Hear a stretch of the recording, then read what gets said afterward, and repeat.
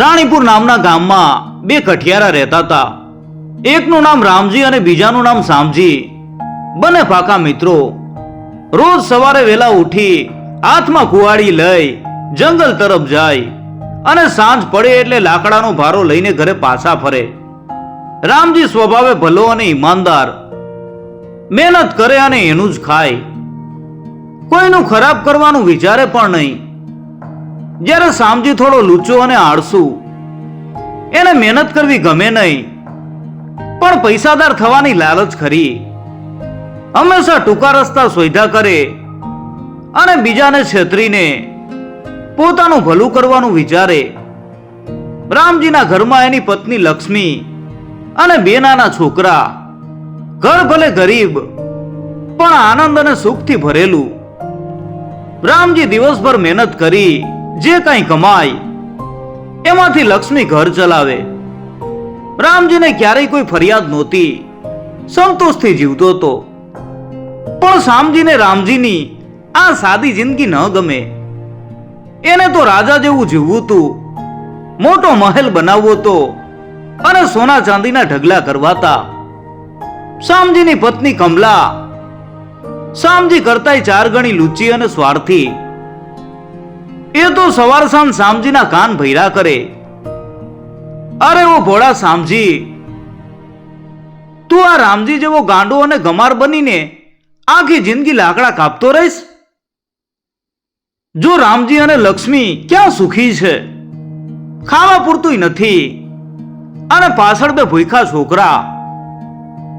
તું કંઈક મોટું કર, કોઈને છેતર, કોઈનો માલ પડાવી લે, પણ આમ ગરીબીમાં મરવાનો ધંધો છોડ. કમલાની વાત સાંભળી શામજીના મનમાં પાપનું બીજ વવાતું ગયું. એ રાત દિવસ વિચારવા લાગ્યો કે કેમ કરીને રાતોરાત અમીર બનાય. એને લાગતું કે રામજીની ભલાઈ એની નબળાઈ છે. કમલા વારંવાર યાદ કરાવે, જો સામે ગામના શેઠિયાઓ કેવું સુખ ભોગવે છે, તારે પણ એમની જેમ જીવવું હોય તો મહેનત છોડીને દિમાગ વાપર. આવી વાતો કરતા કરતા એક દિવસ કમલાને એક દુષ્ટ વિચાર આવ્યો. કમલાએ ધીમા અવાજે કહ્યું, સાંભળો છો શામજી, મને એક યુક્તિ સૂઝી છે જેનાથી આપણે જલ્દી ધનવાન બની જઈશું. શામજીએ ઉત્સાહથી પૂછ્યું, બોલ બોલ કમલા, શું યુક્તિ છે? કમલાએ આંખો ઝીણી કરીને કહ્યું, આપણે રામજીની ભલાઈનો જ ફાયદો ઉઠાવીશું. એ તો છે જ અંધવિશ્વાસુ અને ભોળો. કાલે સવારે જ્યારે એ જંગલમાં જાય ત્યારે તમે એને કહેજો કે મને રાત્રે સપનું આવ્યું હતું કે જંગલમાં એક જાદુઈ ઝાડ છે જે સોનાના સિક્કા આપે છે. પણ એ ઝાડ ફક્ત એને જ મળે છે જે સાચો અને ઈમાનદાર હોય. અને હા, એ ઝાડ મળે ત્યારે એના ઉપરથી માત્ર એક જ ફળ તોડવાનું હોય. જો વધારે તોડે તો ઝાડ અદૃશ્ય થઈ જાય. શામજીને વિચાર આવ્યો, પણ એમાં આપણો શું ફાયદો? એટલે કમલા ખડખડાટ હસી, અરે મારા નાથ, રામજી તો પાકો ભલો માણસ છે. એને વિશ્વાસ આવી જશે. એ જશે જંગલમાં અને કદાચ એને એવું કોઈ ઝાડ મળી પણ જાય. અને કદાચ ન મળે તોય શું, આપણે કહીશું કે તારી ઈમાનદારી ઓછી પડી એટલે ના મળ્યું. પણ જો એને કંઈક મળે અને એ એક ફળ લાવે તો એ આપણે લઈ લેશું.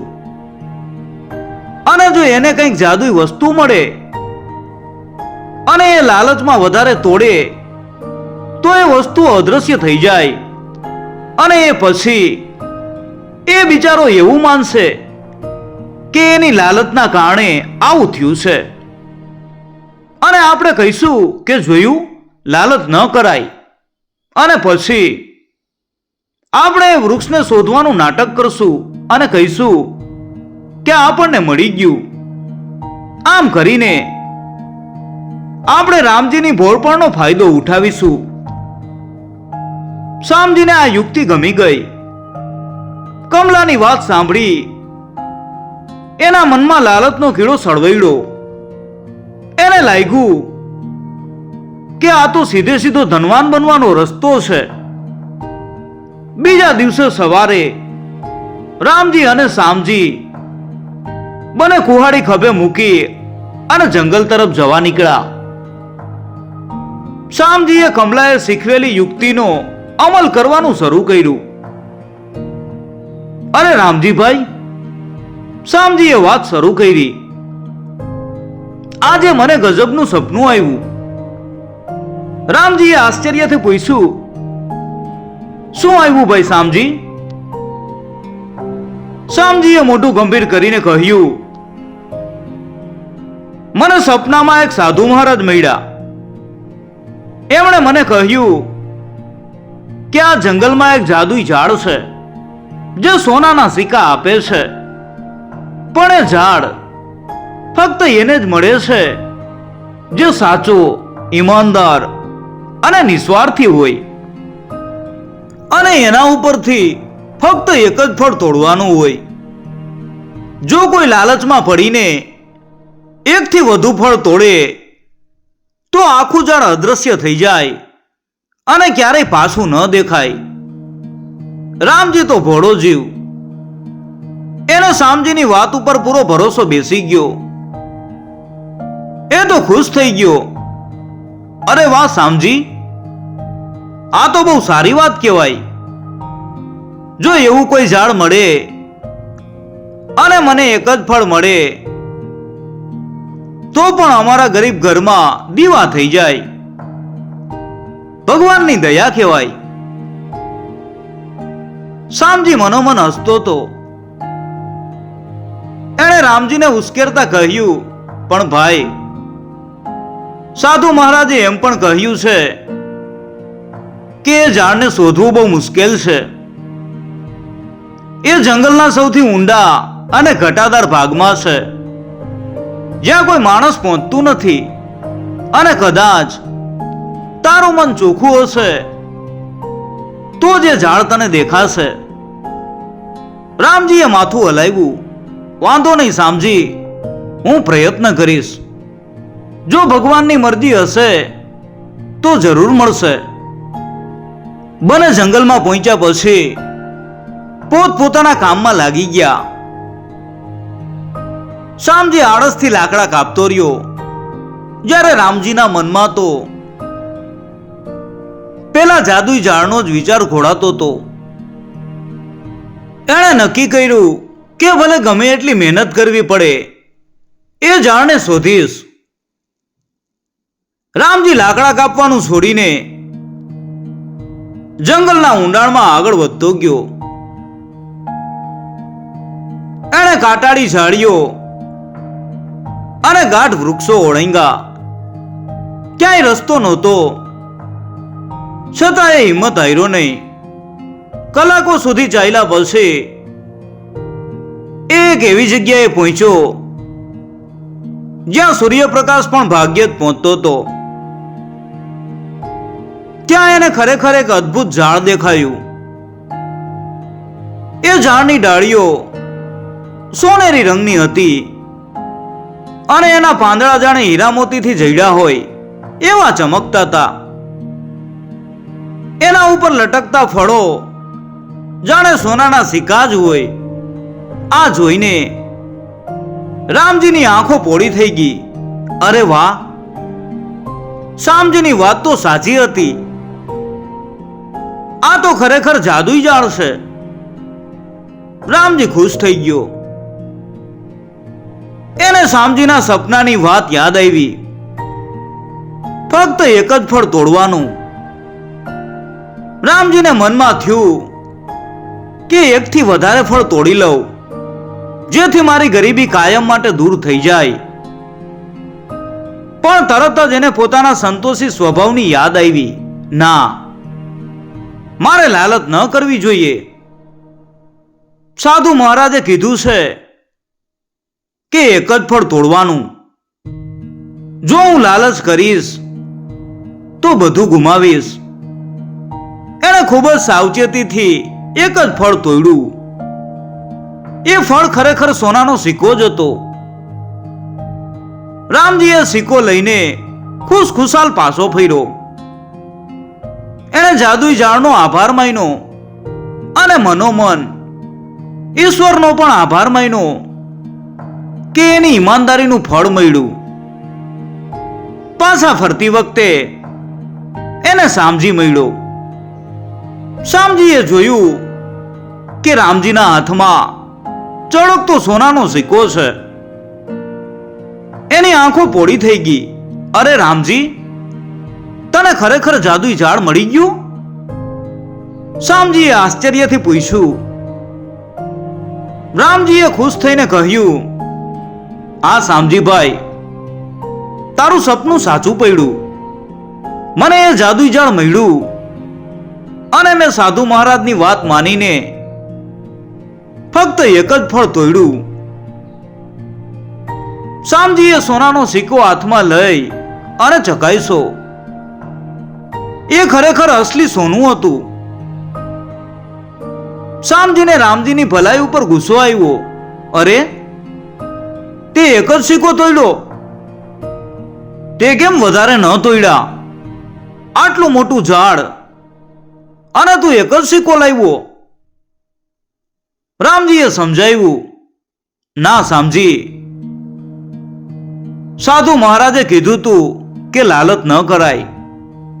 જો હું વધારે તોડત તો ઝાડ અદ્રશ્ય થઈ જાત અને મને કાંઈ ન મળત. શામજીએ મોઢું બગાડ્યું, પણ એના મનમાં એક નવો જ વિચાર સળવડ્યો. જો આ ભોળા રામજીને એક સિક્કો મળ્યો તો હું તો આખું ઝાડ જ લૂંટી લઈશ. રામજી ખુશ થતો થતો ઘેર ગયો અને લક્ષ્મીને બધી વાત કરી. લક્ષ્મી પણ આશ્ચર્યચકિત થઈ ગઈ. એણે એ સિક્કાથી ઘરની જરૂરિયાતની વસ્તુઓ ખરીદી અને પોતાના છોકરાઓને નવા કપડાં અપાવ્યા. પહેલી વાર એમના ઘરમાં થોડીક સમૃદ્ધિ આવી હતી. બીજા દિવસે સવારે શામજીએ નક્કી કર્યું કે આજે એ પણ જાદુઈ ઝાડ શોધવા જશે. કમલાએ પણ એને ઉશ્કેર્યો, જા શામજી જા, આખો ખજાનો લઈ આવજે. પેલા રામજી જેવો ગાંડો ન બનીશ. એક સિક્કામાં શું વળે? આખું ઝાડ ખાલી કરી નાખજે. શામજી રામજીને પૂછ્યા વગર જ જંગલના ઊંડાણમાં પેલો રસ્તો શોધી અને આગળ વધ્યો. એને ઝાડનો રસ્તો યાદ હતો, કારણ કે એણે રામજીને જતા જોઈ લીધો હતો. આખરે એ જ જગ્યાએ પહોંચ્યો જ્યાં રામજીને જાદુઈ ઝાડ મળ્યું હતું. આગળ જતા જ શામજીની આંખો પોળી થઈ ગઈ. સોનેરી ડાળીઓ, ચમકતા પાંદડા અને સોનાના સિક્કા જેવા ફળો. શામજીની આંખોમાં લાલચ છલકાઈ ગઈ. ઓહો, આટલો ખજાનો! એણે 1, 2, 3 એમ કરીને જેટલા ફળો તોડી શકાય એટલા તોડવા માંડ્યા. એની જોડી ભરાઈ ગઈ, ખિસ્સા ભરાઈ ગયા અને હજુય એ તોડતો જ રહ્યો. એને રામજીની વાત કે સાધુ મહારાજની ચેતવણી યાદ નહોતી. એને તો બસ વધુ ને વધુ સોનાના સિક્કા જોઈતા હતા. શામજીએ લગભગ 10-12 ફળો તોડ્યા હશે. અચાનક એક ચમક થઈ અને આખું જાદુઈ ઝાડ એની નજર સામે જ અદૃશ્ય થઈ ગયું, જાણે ક્યારેય ત્યાં હતું જ નહીં. શામજી સ્તબ્ધ થઈ ગયો. એણે આંખો ચોડીને જોયું, પણ ઝાડ નહોતું. એને રામજીની વાત યાદ આવી. જો વધારે તોડત તો ઝાડ અદૃશ્ય થઈ જાત. શામજી ગભરાઈ ગયો. એના હાથમાંથી સિક્કા નીચે પડવા માંડ્યા. અરે, મેં આ શું કર્યું? મેં લાલચ કરીને બધું ગુમાવી દીધું. હવે નિરાશ થઈને શામજી પાછો ફર્યો. એના ચહેરા ઉપર નિરાશા સ્પષ્ટ દેખાતી હતી. ઘરે પહોંચીને કમલાને બધી વાત કરી. કમલા પણ સાંભળીને માથે હાથ દઈને બેસી ગઈ. તમે આ શું કર્યું શામજી? આપણે હાથમાં આવેલી તક ગુમાવી દીધી. તમારી લાલચ આપણને ભારે પડી. શામજી અને કમલા બંને નિરાશ થઈ ગયા. તેમણે વિચાર્યું કે હવે શું થશે? રામજીને શું મોઢું બતાવીશું? શામજી અને કમલા થોડા દિવસો તો નિરાશ રહ્યા. પણ કમલાના મનમાં ફરી પાપનું બીજું કાવતરું ઘડાવા માંડ્યું. એને હતું કે કોઈ પણ ભોગે પૈસાદાર થવું જ છે. શામજી, આમ હાથ જોડીને બેસી રહેવાથી કાંઈ નહીં વળે. કમલાએ શામજીને ઉશ્કેર્યો. આપણને પેલું જાદુઈ ઝાડ ન મળ્યું તો શું થયું? આપણે કોઈ બીજી યુક્તિ કરીએ. યાદ છે, રામજીના છોકરાઓ કેટલા નાના છે અને લક્ષ્મી ભોળી છે. શામજીએ પૂછ્યું, પણ એનું શું કરવું? એટલે કમલાએ ધીમા અવાજે કહ્યું, આપણે રામજીને કહીશું કે મેં એક નવું સપનું જોયું છે. એ સપનામાં એક બીજી જાદુઈ વસ્તુ છે જેનાથી ખૂબ ધન મળે છે. પણ એ વસ્તુ ફક્ત એને જ મળે જે સૌથી પ્રિય વસ્તુનું બલિદાન આપે. શામજીને સમજાતું નહોતું કે રામજી શું બલિદાન આપશે, એની પાસે છે શું. કમલાએ હસતા હસતા કહ્યું, રામજીને પોતાના છોકરાઓથી વધારે વાલું બીજું કાંઈ નથી. આપણે એને કહીશું કે જો એ પોતાના નાના દીકરાને જંગલમાં મૂકી આવે તો એને ખૂબ મોટો ખજાનો મળશે. આપણે એને વિશ્વાસ અપાવીશું કે એ છોકરો પાછો આવી જશે. અને જો રામજી એવું કરે તો આપણે પછી જઈને એ છોકરાને લઈ આવશું અને એના બદલામાં રામજી પાસેથી કંઈક મોટો હિસ્સો પડાવી લઈશું. શામજીને કમલાની વાત સાંભળીને ધ્રુજારી છૂટી ગઈ. ના કમલા, આ બહુ મોટું પાપ કહેવાય. એક માસૂમ બાળકને જંગલમાં છોડી દેવો, એ કેવી રીતે પાછો આવશે? કમલાએ ચીડાઈને કહ્યું, અરે તમે પણ કેટલા ભોળા છો. આપણે ક્યાં એને હંમેશા માટે છોડવાનો છે? થોડા દિવસ પછી લઈ આવશું અને રામજીને કહીશું કે જોયું, ભગવાન ભલા માણસને ક્યારેય તકલીફ નથી આપતા અને એના બદલામાં ખજાનો માંગીશું. શામજીને આ વાત ગમી નહીં, પણ કમલાના દબાણ હેઠળ એ માની ગયો. એનું મન લાલચ અને ભય વચ્ચે ઝોલા ખાતું હતું. બીજા દિવસે સવારે શામજીએ રામજીને ફરીવાર સપનાની વાત કરી. રામજીભાઈ, મને ફરી એકવાર સપનું આવ્યું છે. રામજીએ ઉત્સાહથી પૂછ્યું, શું આવ્યું ભાઈ શામજી? કોઈ બીજી જાદુઈ વસ્તુ?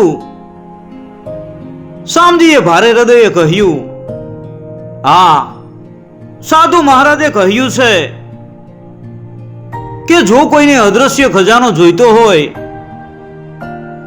તો એને પોતાની સૌથી પ્રિય વસ્તુનો ત્યાગ કરવો પડે, અને એ ત્યાગ એટલો મોટો હોવો જોઈએ કે સ્વર્ગના દેવતાઓ પણ પ્રસન્ન થઈ જાય, અને એવું કરવાથી એને ખજાનો મળશે અને એની પ્રિય વસ્તુ પણ સુરક્ષિત પાછી મળી જશે. રામજી ગંભીર થઈ ગયો. પ્રિય વસ્તુનો ત્યાગ?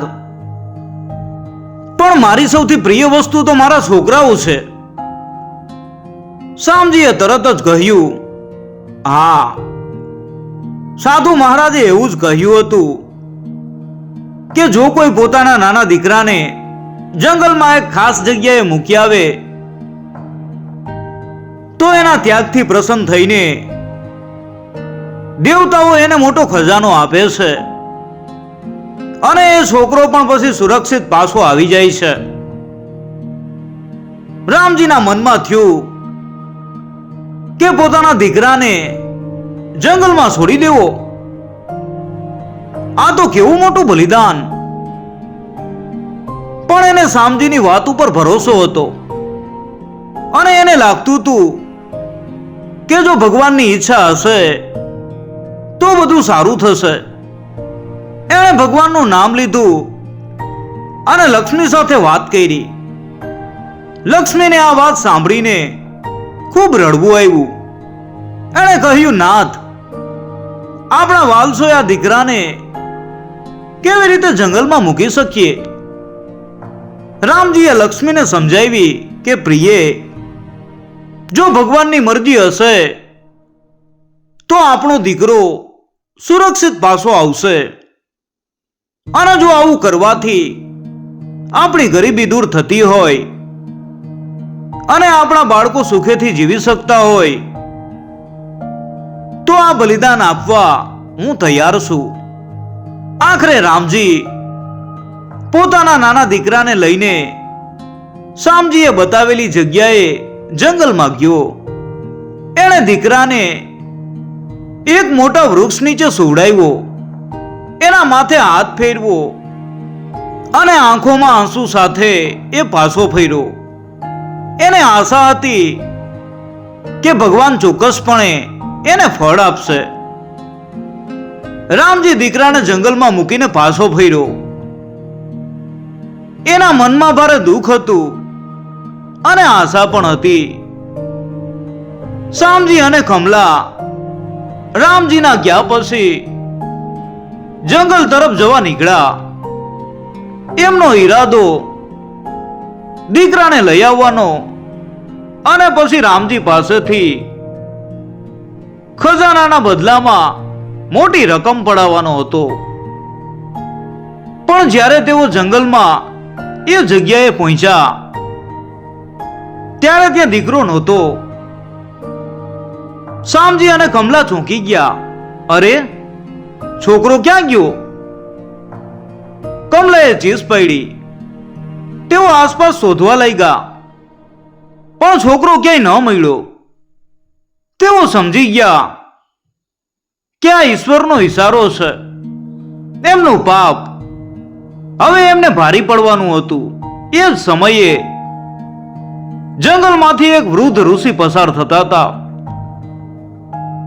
એમણે શામજી અને કમલાને ગભરાયેલા જોઈને પૂછ્યું, શું થયું છે ભાઈ? તમે આટલા ચિંતાતુર કેમ છો? શામજી અને કમલાએ બધી વાત કરી કે કેવી રીતે એમણે રામજીને છેતરો અને એના દીકરાને જંગલમાં મુકાયો. ઋષિએ શાંતિથી બધું સાંભળ્યું. પછી એમણે ગંભીરતાથી કહ્યું, તમે બહુ મોટું પાપ કર્યું છે. નિર્દોષ બાળક સાથે આવું કપટ, ભલા માણસની ભલાઈનો આવો દુરુપયોગ, કરણી એવી ભરણી. યાદ રાખો, એ જાદુઈ ઝાડ જે રામજીને મળ્યું હતું એ ખરેખર દેવતાઓએ એને ઈમાનદારીનું ફળ આપવા માટે પ્રગટ કર્યું હતું, પણ તમે લાલચ કરી અને એને ગુમાવી દીધું. અને હવે તમે આ માસૂમ બાળકને છેતરવાનો પ્રયાસ કર્યો. ઈશ્વર ક્યારેય આવા અન્યાયને સાંખી નથી લેતા. રામજીએ જે ત્યાગ કર્યો તે ખરેખર એના પુત્રના ભલા માટે કર્યો હતો, અને ઈશ્વરે એના પુત્રને સુરક્ષિત રાખ્યો છે. તે ક્યાંય ખોવાયો નથી, પણ તમારા પાપનું ફળ તમને મળશે. આટલું કહી અને ઋષિ અદ્રશ્ય થઈ ગયા. શામજી અને કમલા ધ્રુજી ઉઠ્યા. તેઓ સમજી ગયા કે એમની બધી લુચાઈનો હવે અંત આવી ગયો છે. બીજી બાજુ રામજી જ્યારે ઘેર પાછો ફર્યો ત્યારે એના મનમાં પુત્ર વિયોગનું દુઃખ હતું, પણ એણે ઈશ્વર ઉપર શ્રદ્ધા રાખી. એ રાત્રે જ્યારે રામજી સૂતો હતો ત્યારે એના સપનામાં એ સાધુ મહારાજ આવ્યા. સાધુ મહારાજે રામજીને કહ્યું, હે રામજી, તારી ઈમાનદારી, સંતોષ અને ત્યાગથી અમે પ્રસન્ન થયા છીએ. તે સાચા દિલથી પોતાના પુત્રનો ત્યાગ કર્યો, અને તારી આ શ્રદ્ધાનું ફળ તને મળશે. તારો પુત્ર સુરક્ષિત છે, તે ક્યાંય ખોવાયો નથી. કાલે સવારે તારા ઘરના આંગણે એક ચમત્કાર થશે. અને હા, શામજી અને કમલાએ જે પાપ કર્યું છે એનું ફળ એમને મળશે. કરણી એવી ભરણી, એ નિયમ સનાતન છે. સવારે જ્યારે રામજી જાગ્યો ત્યારે એને સપનું યાદ આવ્યું. એણે લક્ષ્મીને બધી વાત કરી. મને આશ્ચર્ય અને આશાથી પોતાના ઘરના આંગણામાં રાહ જોવા લાગ્યા. અને ખરેખર થોડી જ વારમાં એક રથ એમના ઘરના આંગણે આવીને ઉભો રહ્યો. રથમાં રામજીનો નાનો દીકરો બેઠો હતો, જે ખુશખુશાલ હતો. એની સાથે એક દેવદૂત જેવા દેખાતા પુરુષ હતા. દેવદૂતે રામજીને કહ્યું, હે રામજી, અમે સ્વર્ગના દેવતાઓ છીએ. તારી ઈમાનદારી અને નિસ્વાર્થ ભાવથી અમે પ્રસન્ન થયા છીએ. તારા દીકરાને અમે સુરક્ષિત રાખ્યો તો. આ રથમાં તારા માટે અઢળક ધન અને ઝવેરાત છે, જે તારી ભલાઈનું ફળ છે. તારું જીવન હવે સુખ સમૃદ્ધિથી ભરાઈ જશે. આટલું કહીને દેવદૂત અદ્રશ્ય થઈ ગયા. રામજી અને લક્ષ્મીની આંખોમાં હરખના આંસુ હતા. એમણે ભગવાનનો આભાર માન્યો. એમનું ઘર ધન દોલતથી ભરાઈ ગયું. એમની ગરીબી હંમેશા માટે દૂર થઈ ગઈ. રામજીએ પોતાની સમૃદ્ધિનો ઉપયોગ ગામના ભલા માટે પણ કર્યો. એણે ગામમાં શાળા ખોલી, કૂવા બનાવ્યા અને ગરીબ લોકોને મદદ કરી. બીજી બાજુ શામજી અને કમલાનું શું થયું? ઋષિના કહેવા પ્રમાણે કરણી એવી ભરણીનો નિયમ એમને લાગુ પડ્યો. એમણે જે લાલચ કરી હતી, જે કપટ કર્યું હતું, એનું ફળ એમને મળ્યું. ધીમે ધીમે એમની પાસે જે કાંઈ હતું એ બધું નાશ પામ્યું. એમનું ઘર તૂટી ગયું, ખેતી સુકાઈ ગઈ, અને એમની પાસે ખાવા માટે પણ કઈ રહ્યું નહીં. લોકોએ પણ એમની લુચાઈ જાણી લીધી હતી, એટલે કોઈ એમને મદદ કરતું નહોતું. તેઓ ભીખ માગીને પોતાનું ગુજરાન ચલાવવા લાગ્યા અને આખી જિંદગી પસ્તાવો કરતા રહ્યા.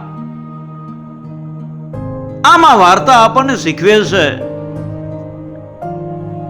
કે જીવનમાં ગમે એટલી લાલચ આવે, પણ હંમેશા ઈમાનદારી અને ભલાઈનો માર્ગ અપનાવવો જોઈએ.